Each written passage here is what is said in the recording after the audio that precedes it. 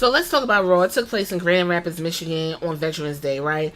Anyway, it was taped. So, that's a whole nother conversation because I guess we're going to be getting a lot of taped stuff now that the bills is paid and all of the the deals have been done. They just tape it. Fuck them. Either way, we got a tape show. My whole thing is I'm really confused about a lot of stuff that went on, but we're going to get into it. So first off, we started with Gunther and Damian Priest. Okay, basically Gunther was in the ring looking real precarious for some reason. Damian Priest came out and told Gunther essentially, "Oh, you thought I was done with you, bitch? No." Okay, you've been calling me Puerto Rican street trash, Latino trash. My parents don't want me. My daddy went to go get milk and never came back. Like, don't nobody want to fuck me. Like, you've been dogging me out for a long time.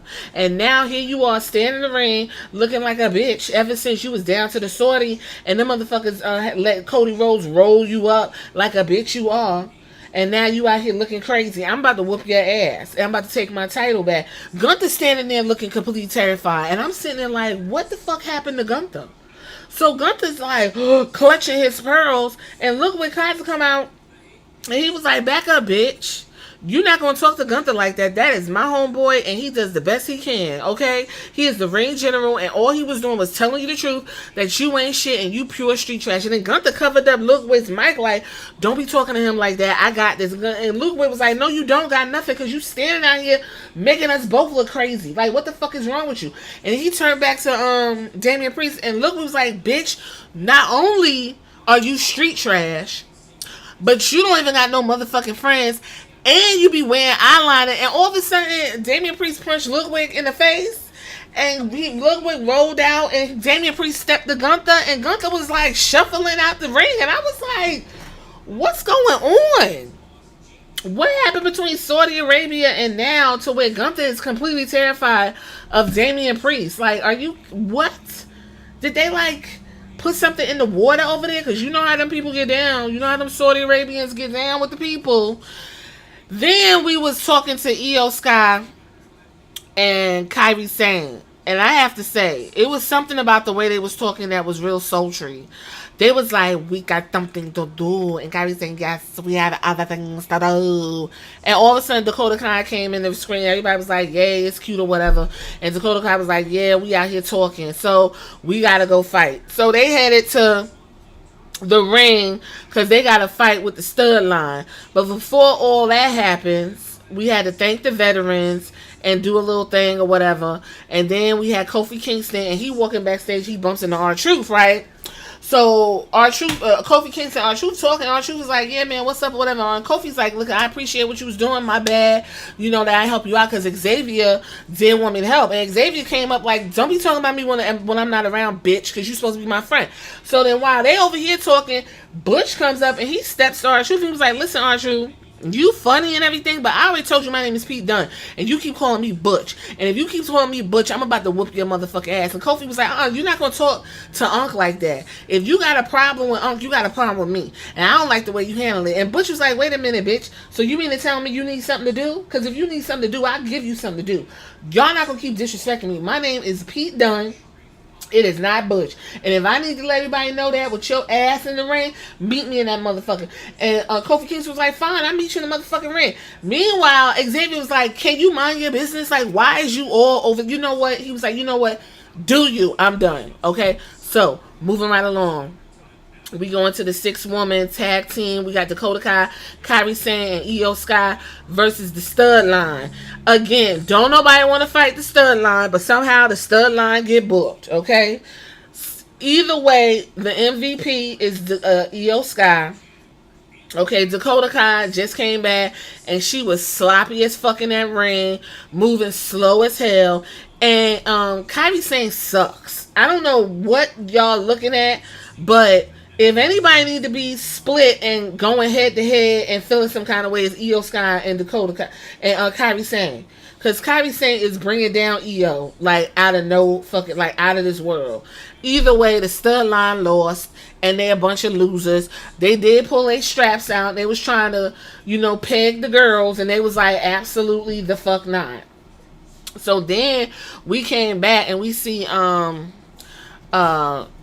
whatever. I just told you that. We came back. What was going on? Yes, Jey Uso was backstage with his brother, and they was, doing all that talking. Sami Zayn came up, and essentially it was like, yo, we need 5 people for this fucking war game shit. So we gotta find somebody to be the 5th person. And Sami was like, well, I got somebody. And Jimmy was like, I don't even know you back here. So essentially Jimmy and Jey switched roles.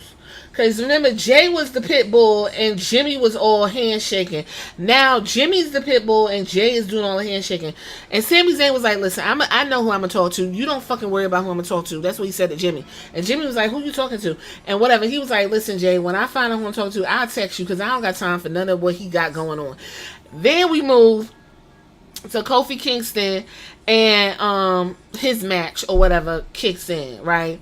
So then Damian Priest is stretching backstage, and apparently there's going to be a fight with him and a little bit Kaiser. So we go into Kofi Kingston. Xavier Woods was on ringside, and Pete Dunne. Essentially, Xavier Woods interfered and distracted Kofi. He got rolled up and all that, and Pete Dunne was like, yeah, bitch, I told you, don't call me that no more. And as they was walking out, Xavier Woods was like, I told you. And Kofi was like, you didn't tell me nothing. And he pushed his arm off him. He was like, I'm sick of your ass always trying to tell me something. And Woods was like, why you pushing me? Why you talking to me like that? Well, like, what the fuck is wrong with you? And Kofi was like, listen, man, we ain't on the same page. You just back the fuck up off me and get by my face. Now, if this was real life, it'd have already been up. Like, we'd have been fighting because you're not about to trip on me because you want to be fucking charitable to everybody. So this ain't real life, right? These two motherfuckers sound like 2 lovebirds. Then we move right along to the Judgment Day, and they look a hot fucking double mess back there. Okay, basically what happened was fucking what his name, Finn Balor was sitting there soaking, and Dom gonna step to him like, I've actually got closer to the belt than you did, so you need to back up. And Finn Balor was like, you say something else, I'm gonna whoop your motherfucking ass. And then Liv jumped in the middle. She was like, no, guys, no, we family. I don't know how these people is a family, because y'all don't even know each other. And if y'all family, why is Carlito trying to fuck Raquel? Excuse me, Raquel, the way Lillian say her name. Why is Carlito trying to fuck her? Like, what? I don't understand. Anyway, Finn was like, it's cute or whatever. You got this time. What I need for you and Carlito to do is take your fucking asses out there and go figure out what we need to be doing next or whatever, and get a match or do whatever it is you want to do. And that's what they did. So, boom. That was the end of that. Listen, them people back there look terrible. Bronson Reed was coming to the stage, and in the back, Jay was talking to Rey Mysterio, and Rey was like, absolutely the fuck not. I actually am retired semi, and I do more wrestling than all the champions combined. No, I don't want to fuck with Roman Reigns. Thank you. Then we went to some dude named Jamal Hill was in the ringside. He was cute or whatever. I was like, yeah, I would chop that down if I could. I would chop it down. Big Bronson Reed is in the ring. He's like, yeah, I want to fight. And then basically Seth Rollins came out. He was like, yeah, I want to fight you too, and we gonna fight or whatever. And they got to fighting, and those like the guards is all bumbling and stumbling and flipping and falling on. Like, you gonna see it on Botchamania, child. They fought, and then Adam Pearce came out, and he was all riled up. And then in the end, Adam Pearce was like, "You're not telling you that you got." And Seth Rollins was like, "I said I want him." He said, "You got him one more time, and that's it." And Seth Rollins was like, "Yup." And he was like, "Fine, you got him next week. I'm tired of this shit." And then he walked off all flustered because Adam Pearce is absolutely abysmal. So in the meanwhile, Sami Zayn walks up to Seth Rollins, and basically he was like, listen, Seth, I know you got history with Roman Reigns and all that, but we need a 5th man, and I just think, with what we got going on, you would be great to fill that spot. And Seth actually told the truth. He was like, first of all, don't even come stepping to me like that after I just had a match. I would help you put that motherfucker out. He called me a cross dresser. He made me play second fiddle in the fucking Shield, okay? He beat my fucking ass down to the WrestleMania. Like, I don't want to have nothing to do with him. If, to be honest with you, I'm not really sure why you even want to have anything to do with him, because he been working your ass over for about good 2 years. But if that's how you like it, that's you. If you like it, I love it. I ain't that type of dude. Absolutely the fuck not. Damian Priest and Look with Kaiser had a match and Damian Priest won, and then fucking Gunther comes out, and instead of stepping to the ring and helping his homeboy, he's looking all scared and shit. And Damian Priest put his arms up like, yeah, I'm a different kind of man. First of all, Damian Priest's match is the same match that he had when he had fought Gunther. Ain't nothing different from Damian Priest. I am so confused why Gunther looked worried and walking off. I'm just completely thrown off by that. Whatever, child. Anyway, the Rock is GQ Entertainer of the Year, and he gonna be on Jimmy Fallon. So if you into looking at the Rock, get celebrated for acting like the Rock. Go ahead and get that magazine. Then we had the Intercontinental Championship, Bron Breakker and Sheamus. First of all, Bron Breakker, I don't know who's doing his tan, but at this point it's a joke. He got that tan all up in his fucking nails. He is like a toasty, he looks like bacon. It's not even a healthy brown. Anyway, Sheamus was like, you young and cute, and I see you with that belt that I should have had, and I've been having a hard time getting it. I've been here for 15 years. And Bron was like, I ain't heard shit what you said, but if you want to fight, we can fight. And that is what was going to happen next week. They're going to fight. Then we had Jimmy. He walked up to Bron Breakker. He was like, listen, can I talk to you one-on-one? And that was it. They ain't never come back to it. And Bron Breakker was like, yeah. So I don't know what the fuck Jimmy got going on, because that dude just beat your brother. So if you finna do some bitch-ass shit, that's a problem. Then we got some more troop love or whatever. And then the Miz is walking, and here comes the Final Testament. And when I tell you, the bottom of my feet start itching, I was like, oh my God. Basically, the Miz was like, I made up with them and I don't have nothing to do with this. Leave me the fuck alone. And Karrion Kross was like, no bitch, because my old man done got his mouth ripped out and we need answers and we asked you to tell us what the fuck they asked. So we said, if you ain't gonna do that, we gonna break your motherfucking legs. So he said, AOP, go ahead and get him. We gonna go live on TV and break this motherfucking legs in the middle of the ring. So they dragged him out there, and then, Miz is kicking and screaming, whatever, and then all of a sudden the lights go out and the Y6 comes in, and they standing there and it's like a standoff, and then Miz busts old boy in the back of the neck with a chair, and the fucking Y6 essentially got grounded and pounded. And so I just want to take this time and sing a nice mournful melody for the Y6. It's so hard to say goodbye to Wyatt 6.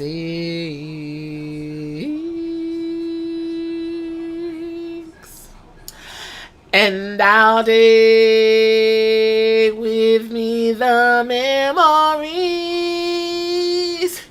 to be my sunshine after the rain.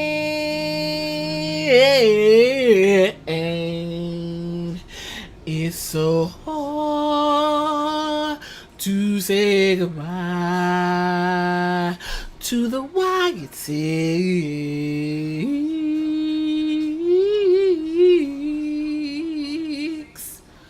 Thank you. Didn't I tell y'all, if they get mixed up with the goddamn Final Testament that they done, they're done. There's nothing else for these people to do. So after they got their ass whooped and they all laid up in the goddamn ring, fucking Uncle Howie's like, like, he's not even laughing like a man. He's not like, well, that was Santa Claus. He's not like, like Street Fighter.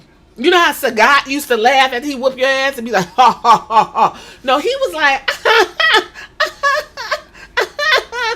I said, I can't. I'm done with this.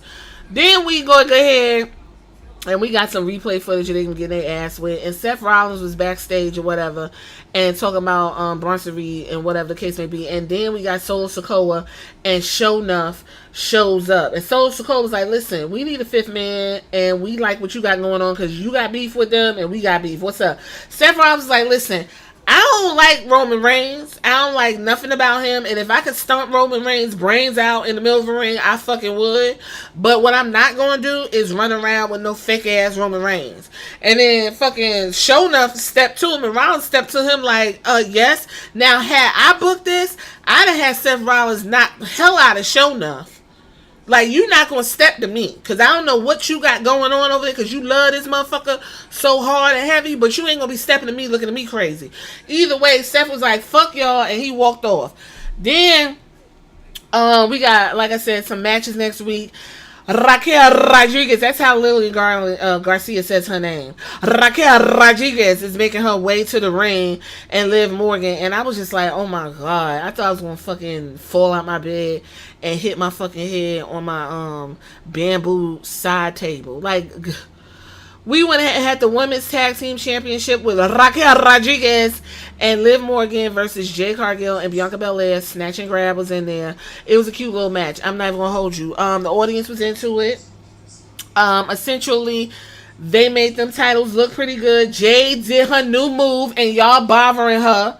She did the same pause that Karrion Kross did before he did that spin shit on fucking Uncle Howdy. She got in front of the hard cam and she did a pause to add to more of the flair. So when she hit the thing, it was going to hit it hard. Because Bianca did the pause too when she hit it hard on Liv. And she pinned the fuck out of Liv, who's the champion. And that's fine. Anybody that's like, why she got that belt? Liv need to lose that fucking belt anyway. Anyway, to wrap this up, the girls won. And while they was winning, old girl, what's her name? Nia Jax and, oh my goodness, and her flunky child, I forgot her name, Money in the Bank. Tiffy Tom came out, got their ass beat up, and then Naomi came out for the save, and it ended with what looks like to be the War Games, I guess. I don't even know, because I saw Naomi, fucking Io Sky, Jade, Cargill, Bianca Belair in the ring holding hands. So I was completely confused where Io Sky even came from. But girl, whatever. That was about it. I don't think anything else went on. So Io Sky came out and beat up Nia Jax. Okay, I didn't even notice that on the replay. Either way, that was who was in the ring. And that was it. Essentially, Tiffy Tom pussy didn't come out this go round. And Naomi had some coverage because her titties be popping out in some of her outfits. So the ladies is out there. We need to get some better fits. That's all I got on this one. Y'all tell me what y'all think in the comments if you made it this far. Deuces!